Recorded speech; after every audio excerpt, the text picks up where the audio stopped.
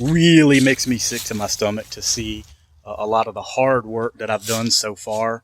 Have to go back and kind of backtrack on with preparing for this roof raise, but that's part of it. And I'm happy now knowing that this is getting done correctly, and I'm gonna have plenty of roof space. I'm gonna have to reach up to touch the ceiling. I'm not gonna be skimming the ceiling. So with all the windows out and my sheet metal delete here that I had, now the hat channel is perfectly exposed. So this is going to give me a good cutting surface to stagger my cuts down, up, like a hillbilly's teeth, right? So that way you don't have a simple seam going right down the middle structurally. So you can kind of see where I was talking about now. Once I make my cut and I do the roof raise, you're going to have obviously a separation here.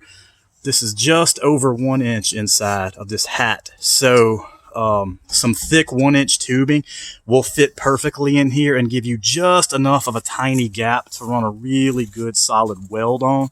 So that's the good thing about taking the windows out and doing it at the window level. If I did it above the windows, y'all, I'm not going to count these, but this bus is like 30 feet long. Look at all these rivets. I was going to have to pop every single one of those out. And it goes all the way around the back and all the way around the other side. I mean, I would dare say there's, 800, 900. It's just a rough estimate. I still have to come around the front as well. I'm going to have to take my visor off, obviously, take my mirrors back off. And you can't really see them here, but they're like 1 inch apart. Rivets all the way down. I'm going to have to pop all those off. But I did decrease the amount of rivet popping I'm going to have to do.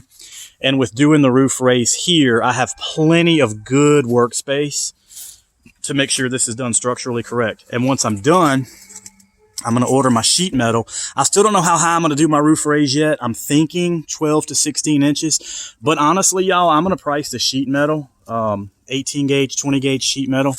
I'm going to tuck it underneath the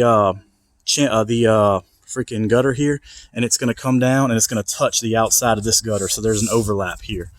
If I can get sheet metal on 4x8 sheets, kind of like plywood, cheaper because they don't have to be cut, I may actually extend it more like 20 or 24 inches and just put solid 4x8 sheets along the side. And then I'm going to, I plan on spray foaming, insulating the inside now. I've been pricing spray foam, and since I'm so far under budget, I think spray foam is going to be a wise investment for me with so much metal in here and thermal bridging. I want to make sure this thing is sealed off like a Yeti cooler, like a damn Stanley Cup. So look for that coming up soon. And yeah, RV windows, my biggest complaint on those, they're double pane. They don't really leak. They look better. They're modern, but they're really expensive. So what I plan on doing is little by little over the next 6 or 8 months, just scooping some up here and there on the Facebook Marketplace, like small ones that slide open, and just putting a few up here for the kitchen, maybe 1 or 2 for the bedroom, because the back windows are still going to be here. I'm not doing anything with these windows. My raise is going to be up here in the back. So my rear windows and door, all that's going to stay the same. So I'm already going to have windows in my bedroom. I may put 1 extra one back here. So that's where I'm at, y'all. This is hard work. I love every minute of it, but I am so glad I did not wait till I was closer to retirement, because I cannot imagine doing this work with a herniated disc or being older. I mean, when I'm 55 or 60, I'm not touching this shit. I never played sports growing up, so my joints are all good. I feel great. I do not recommend anybody with any type of debilitating injury do this, because it sucks. More to follow.